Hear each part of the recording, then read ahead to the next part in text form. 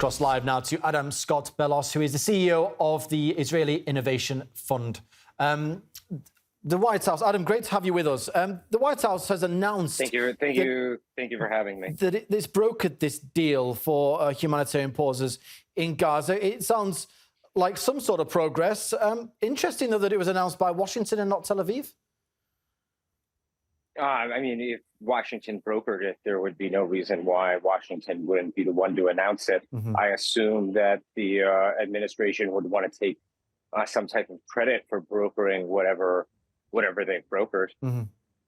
And how much of a breakthrough is this, and how desperately do you think these humanitarian pauses are needed for the people of Gaza at the moment?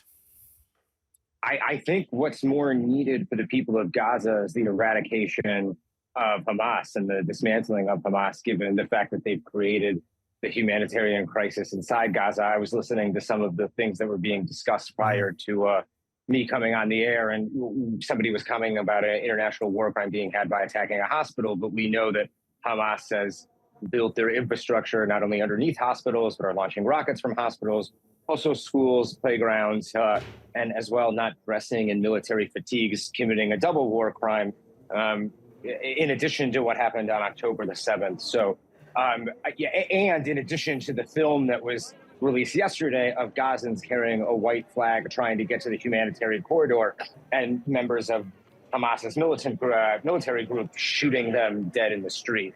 So if you ask me if humanitarian pauses on the Israeli side are necessary for the people of Gaza, I would say no. But if we have agreed to some type of humanitarian ceasefire, it's obviously in our strategic interest at this time.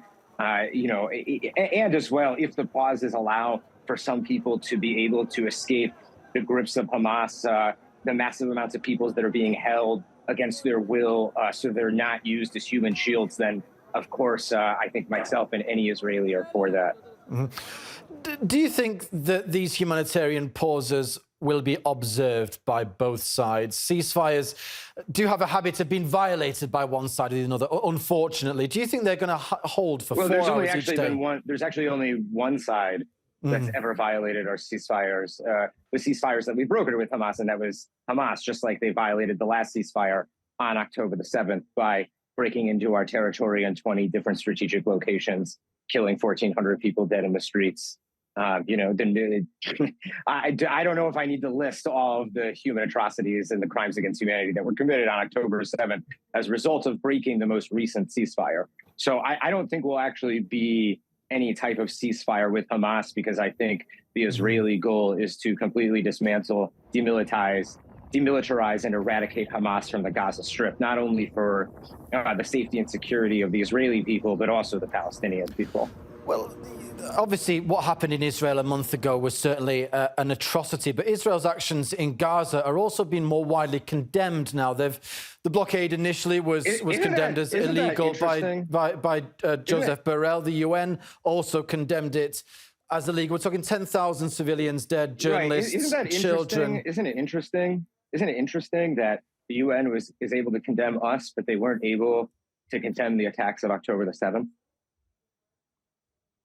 Did they not condemn that?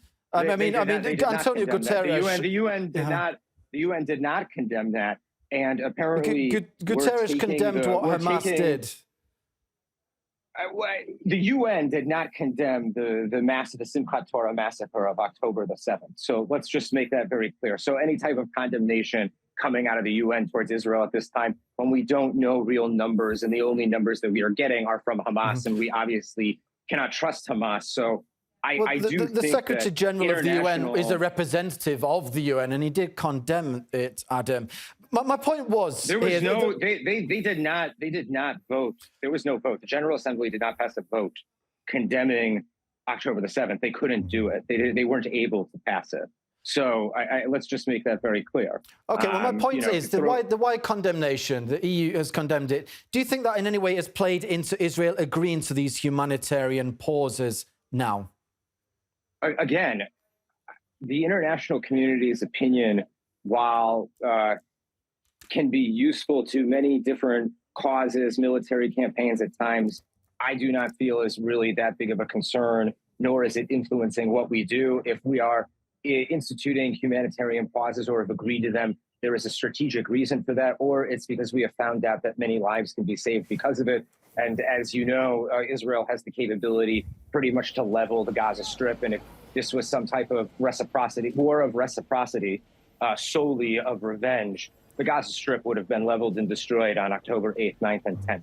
So if there's an opportunity that we know of to save lives or help prevent innocent Palestinians from leaving the clutches and grasps of Hamas, in order for us to acquire the targets connected to the Hamas terror group as quickly as possible, then that would be why we would have needed. Well, Adam Scott Bellos, CEO of the Israeli Innovation Foundation. I'm afraid we're going to have to leave it there, but thanks very much for a very robust conversation here on RT. Thank you for having me. Have a wonderful day. Thank you, you too.